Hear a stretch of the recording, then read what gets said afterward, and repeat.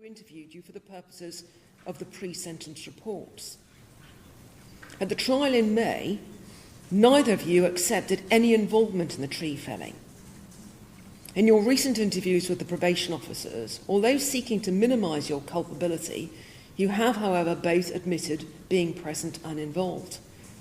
And it's on this basis that I can now be sure that you, Adam Carruthers, were the person who felled the tree, whilst you, Daniel Graham, assisted and encouraged him by driving there and back, and not least by filming the crime on your phone. The Sentencing Council has published offence-specific guidelines for criminal damage other than by fire value exceeding £5,000. These guidelines have been enforced since the 1st of October 2019. The Sentencing Council made clear in its response to the consultation before that guideline was introduced that its aim was to ensure that all sentences are proportionate to the offence committed and in relation to other offences. Under Section 59 of the Sentencing Act 2020, the Court is required to follow sentencing guidelines relevant to the offender's case, unless satisfied that it would be contrary to the interests of justice to do so. I must impose a sentence which is within the offence range specified in the relevant guideline, unless it would be contrary to the interests of justice to do so. The offence range in the relevant guideline is discharge to 4 years' imprisonment. If I determine that a term of imprisonment is necessary, then the term of that imprisonment must be the shortest term commensurate with the seriousness of the offence. Where a case falls within the guidelines will inevitably be fact-specific. Comparison with previously reported cases is unhelpful. It's for me to decide where the appropriate level of sentence falls for this offence committed by you both, having regard to the culpability and harm factors set out in the guideline, together with any adjustment for aggravating and mitigating factors. The guidelines require me to identify the offence category by reference to your culpability or blameworthiness and by reference to the harm caused. And I make the following findings and observations, therefore, concerning your culpability. First, I am sure that the offence in Count 1 involved a high degree of planning and preparation. I can't be sure when you made the plan, and I accept it may only have been made earlier that evening, but the venture required thought and preparation. You had to work out how you were going to get to the tree and had to ensure that you had the necessary equipment with you, including a long blade of the correct dimensions for the trunk and spray paint. It took effort. The venture involved a round trip of some hours, travelling at night during Storm Agnes. You had to carry the equipment from the Steel Rig car park up to the tree, fell the tree in the dark and during the storm. You then had to carry the equipment and the wedge of wood taken from the trunk back down. You, Mr. Graham, remarked the next day, in response to a comment on social media, that the author of the comment did not know how heavy. Second, it follows that I'm satisfied that you intended to destroy the tree. Whether when you set off you intended to cause damage to the wall is less clear. I don't believe that you'd focused on the wall, and to that extent the wall was collateral damage. However, as experienced tree surgeons, you would have known that the angle of the wedge that you cut and the direction of the wind that night meant that the tree would inevitably fall over the wall. It was fortunate that more damage was not caused, simply because the wall was protected by the canopy of the tree.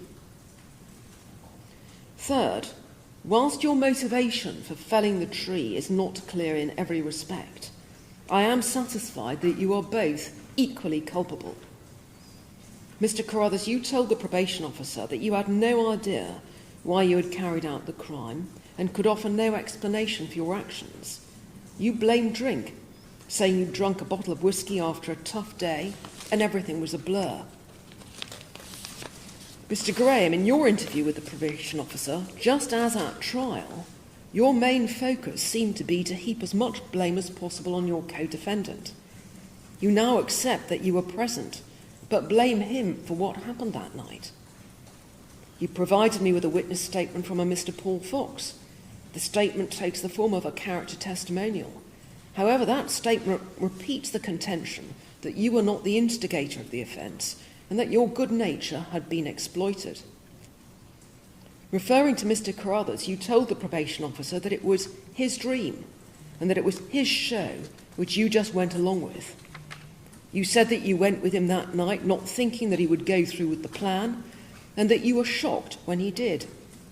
You described him to the probation officer as a fantasist who had on other occasions damaged property to mark significant personal events or milestones. You say the wedge was taken by Mr. Carruthers as his trophy. Although there may be grains of truth in what you have each said, I do not accept that your explanations to the probation officers are wholly honest, or indeed the whole story. Mr. Carruthers, your account that you had had so much to drink that you had no memory of what you did that night is not plausible. The tree felling demonstrated skill. It required deliberate and coordinated actions by you. As Mr. Graham commented the next day, having seen a photograph of the stump, you didn't get a bad angle on the stump and the job seemed professional. This was not the work of someone whose actions were significantly impaired through drink. Nor, Mr. Graham, do I accept that you just went along with your co-defendant. You filmed the whole event. You took photos of the stump and chainsaw in the boot of the Range Rover. The next day you appeared to revel in the coverage of your actions in the media. This is not the behaviour of someone who was shocked and horrified by something that had happened. I'm confident that a major factor in your offending that night was sheer bravado. Felling the tree in the middle of the night and in the middle of the storm gave you some sort of thrill, as did the media coverage of your crimes over the following days. You revelled in the coverage, taking evident pride in what you had done, knowing that you were responsible for the crime which so many people were talking about. Whether bravado and thrill-seeking provide the complete explanation for what you did, I do not know. However, as I say, I'm quite sure that you are both equally culpable for the destruction of the tree and for the damage to the wall. As to the harm which you caused, I've received expert reports from the prosecution and from the defendants attempting to place a financial value on the sycamore tree. But no one submits to me today that the precise financial value matters. It's common ground that the tree is valued at more than £5,000, which is the relevant threshold for the purpose of identifying the sentencing range for this offence. I've read the statement made by Mr. Andrew Pode of the National Trust, which owned the tree. I note the cost to the National Trust, a charity, associated with the broad-ranging work which the various teams have had to undertake following the tree felling. The cost to the charity in removing the tree and the subsequent care of the site alone currently stands at over £30,000, with a further £20,000 committed to be spent in 2025. But when considering the harm caused by your actions, my focus must be upon the social impact of the offence. The contents of Mr. Pode's statement and the examples of heartfelt messages from members of the public he has provided reflect my own impression from media accounts of the public's reaction, which was one of widespread shock and bewilderment. For those who live in Northumberland or who love this county, the tree had become a landmark, a symbol of the beauty of its untamed landscape, featuring prominently in local art and local tourism. For others, the tree had become a place of special personal significance, where marriages were proposed and personal tributes to loved ones were left. It was, as Mr. Pode observes, a place of peace and tranquillity to which people returned year after year. But the public reaction has extended far beyond those who had visited the tree or for whom it had a personal resonance. Mr. Pode describes the outpouring of emotion as unprecedented in the experience of the National Trust. He describes the sense of loss and confusion across the world when the news broke that a thing of natural beauty had been destroyed in a mindless act of vandalism. Following the guidelines, the first step that I must take is to identify the offence category. it is common ground between your barristers and the Crown that the offence in count 1 falls into the highest categories for both culpability and harm. It falls into the highest culpability category for 2 reasons. First, because the decision to fell the tree involved a high degree of planning and premeditation. And second, because you intended to destroy the tree and thus intended to cause very serious damage to property. It falls into the highest harm category because of the social impact of the offence, causing serious distress to many people. This yields a sentence range of 6 months to 4 years custody, with a starting point of 1.5 years custody. On count 2, the prosecution submits that the criminal damage to Hadrian's wall falls into category B, medium culpability, on the basis that you were reckless as to whether your actions would cause very serious damage to the wall. I accept this categorisation. I also accept that the damage to the wall, unlike the damage to the tree, is capable of financial valuation, and that the costs associated with repairing the wall, including the staff cost to the National Trust, amount to just under £7,500. For an offence of medium culpability and harm falling into category 2, the sentence range extends from a medium-level community order to 9 months custody, with a starting point of a high-level community order. Count 1. Under the guidelines, the starting point for an offence of criminal damage falling into the highest bracket of culpability and harm is a sentence of 1 year and 6 months custody. However, I must then consider adjusting that starting point upwards or downwards, as may be necessary to reflect the particular features relevant to culpability and or harm in the particular case. I have no doubt that the starting point of 1 year and 6 months custody must be adjusted upwards in your cases for a number of reasons. First, because there are 2 factors, each of which bring your offending within the highest culpability bracket. More significant, however, is the extraordinary social impact which I've described of your offending, and I've no doubt that these factors justify an increase in the starting point to the very top of the guideline bracket for this offence, before consideration of aggravating and mitigating factors. The guidelines then require me to take into account any aggravating factors. One aggravating factor specified in the guideline is the fact that damage has been caused to a heritage and or cultural asset. However, I accept that I must be cautious not to double count aggravating factors.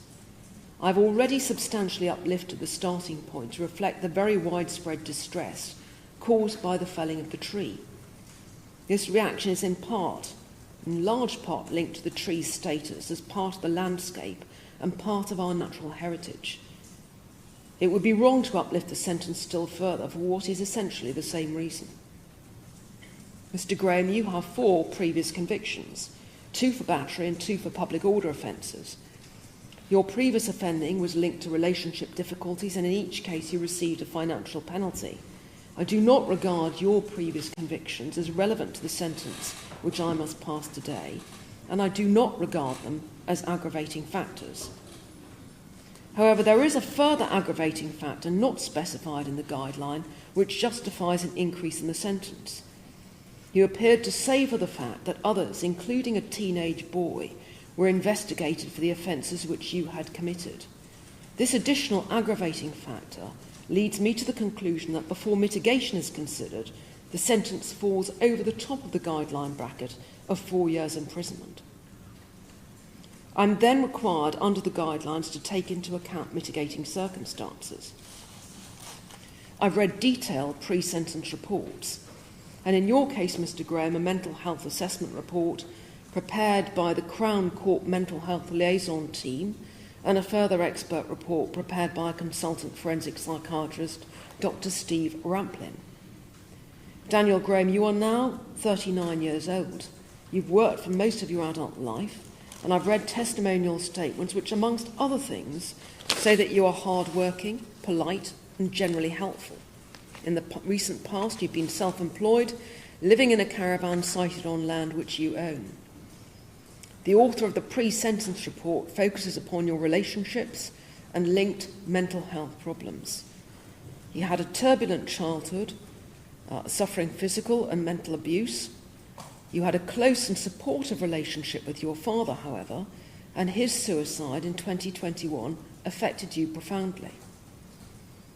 Dr. Ramplin has explained that you've experienced mental health problems throughout your adult life, and those problems have included depressive episodes of marked severity. Since your father's death, you've attended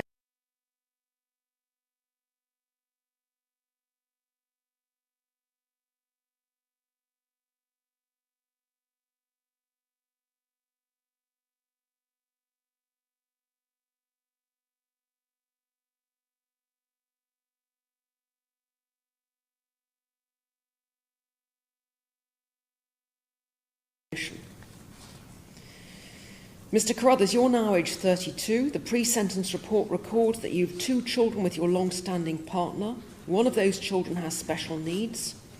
You've worked hard throughout your adult life and you are, or were, financially secure, having been employed at Cumbria Turf for many years. The author of the report describes you as demonstrating emerging remorse, although still struggling to accept responsibility for your actions or to recognise the impact of your actions on others. You have no previous convictions. As I've remarked, I must take into account in your favour any mitigating factors. I've considered Mr. Graham's background mental health problems carefully. However, it appears from the report of Dr. Ramplin that you, Mr. Graham, do not regard those problems to be relevant to your offending. Nor do I. Your offending that night was not in any way caused by or linked to your mental health. Further, according to the report from Dr. Ramplin, your depressive illness is currently in remission. You reported to him suffering no significant depressive symptoms, no suicidal ideation. You demonstrated a reasonable function both in interview and in prison, and you are coping well in prison. Whilst acknowledging that your mental health history is informative background, there is nothing in the material available to me today to suggest that a custodial sentence will weigh more heavily on you by reason of your diagnosis or your mental health history. I've also read and understand the testimonial evidence served on your behalf and take into account that your caravan has been damaged and that you've received hate mail as a consequence of your conviction for these offences, but I'm afraid I do not regard these as mitigation either. I've taken into account Mr. Carruthers' personal circumstances. I accept that Mr. Carruthers is an active caregiver to his children, including one with special needs. But I'm told that that child is coping well in mainstream school and that your partner is able to care for the children. In short, whilst acknowledging again that your personal background is informative, it does not, in my judgment, afford a basis for reducing your sentence.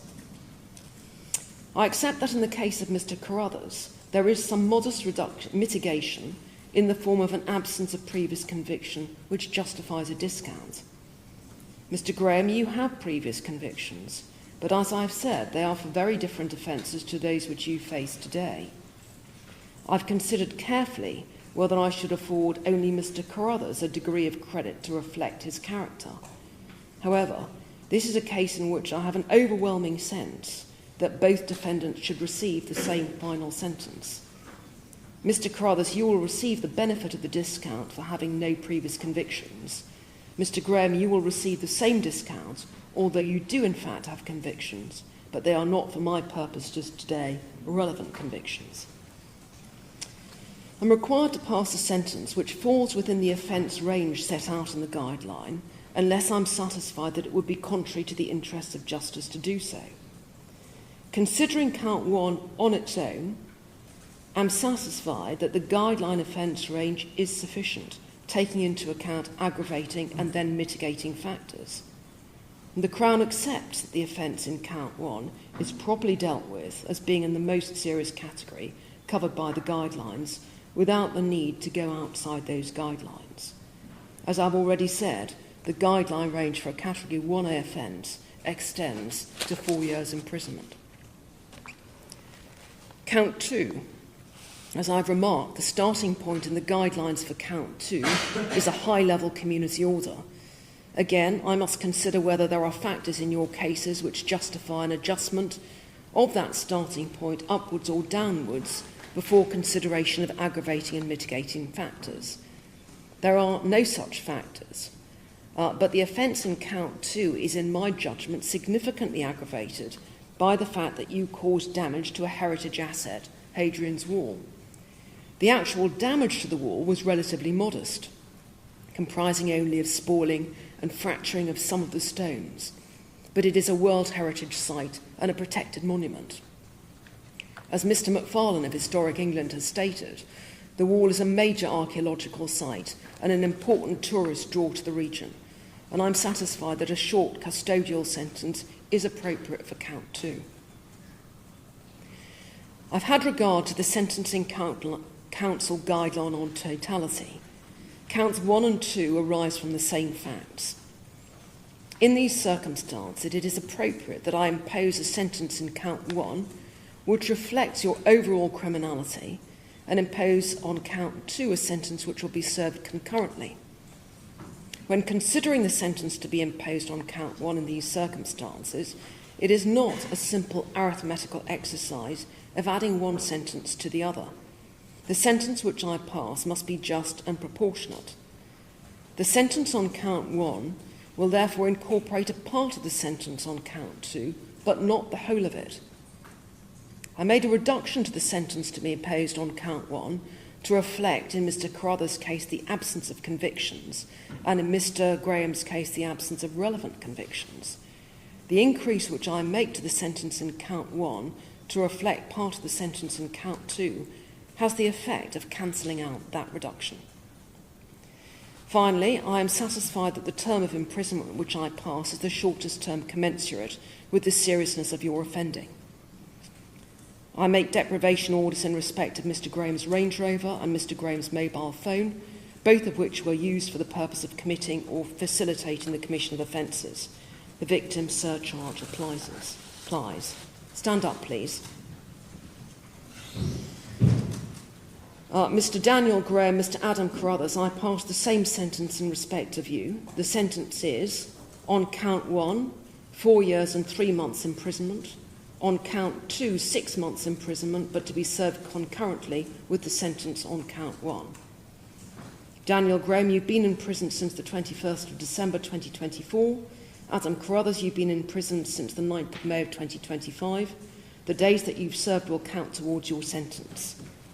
I've imposed a sentence of 4 years and 3 months imprisonment. You will be released no later than 40% of the way through the sentence, and the remainder of the sentence will be served on licence in the community. You must comply with all the conditions of your licence, failing which you will be at risk of recall to prison to serve the remainder of the term in custody. Thank you. You may go down.